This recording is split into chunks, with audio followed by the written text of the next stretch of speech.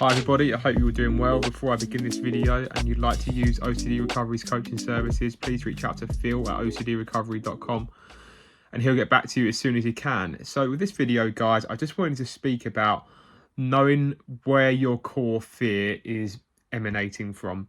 And this is really important because obviously in the OCD cycle, right, we can have a theme. So let's say, for example, we have HOCD like I had. And within that theme, we tend to have a lot of core fears that are at play. So in that case for HOCD, you have the fear of uncertainty, the actual fear of being gay, fear of societal rejection, and fear of self-rejection. In contamination OCD, you might have fear of death, you might have the fear of that yuckiness, that disgust feeling, the fear of causing contamination to somebody else, the physical contamination, mental contamination. ROCD, you might have a fear of living a lie, a fear of being in the wrong relationship, a fear of being unhappy, a fear of missing out on something better.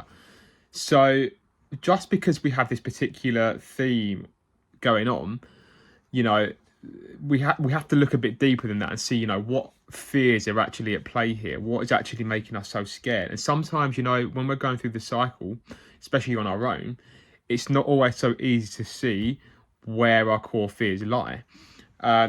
Another case in point here. So I've seen cases where somebody might have a fear of not falling asleep, but that might actually manifest in terms of contamination OCD, in terms of having that just right feeling, because you want to have those feelings of feeling nice and clean and those just right feelings before you go to sleep, when the fear there isn't necessarily contamination OCD, but the fear of not falling asleep.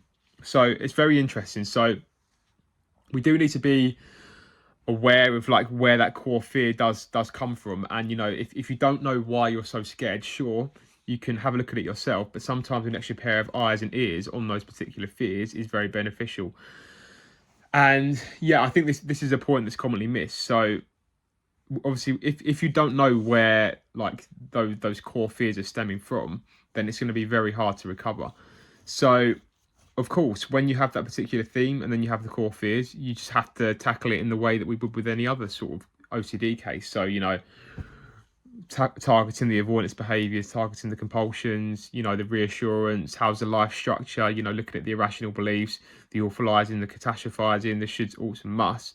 That is all completely necessary, but you've got to make sure that that's intentional and targeted at the right things, because, every case for OCD is going to be slightly different from another. There's never going to be somebody who has exactly the same nuances as somebody else.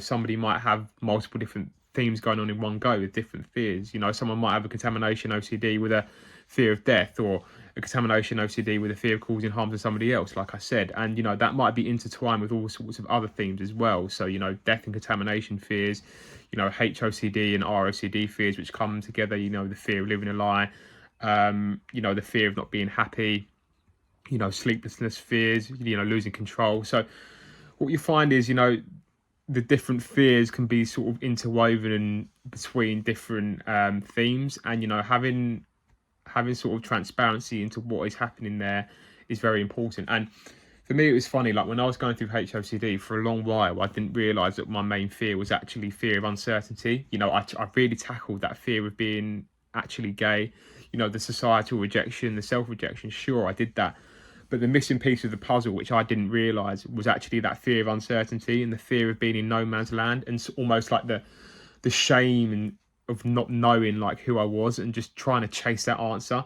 And that's something that I found very hard to deal with, the fear of uncertainty. Like I said before, at my lowest moments with HOCD, I would prefer to have a certain answer if it meant that I wasn't suffering anymore. So I think that's very important. Be aware of this when you're on your own recovery journey. Really see, what could the underlying fears be here? What's at play? It might not always be what you think. So yeah, very important to consider when you're going through the journey.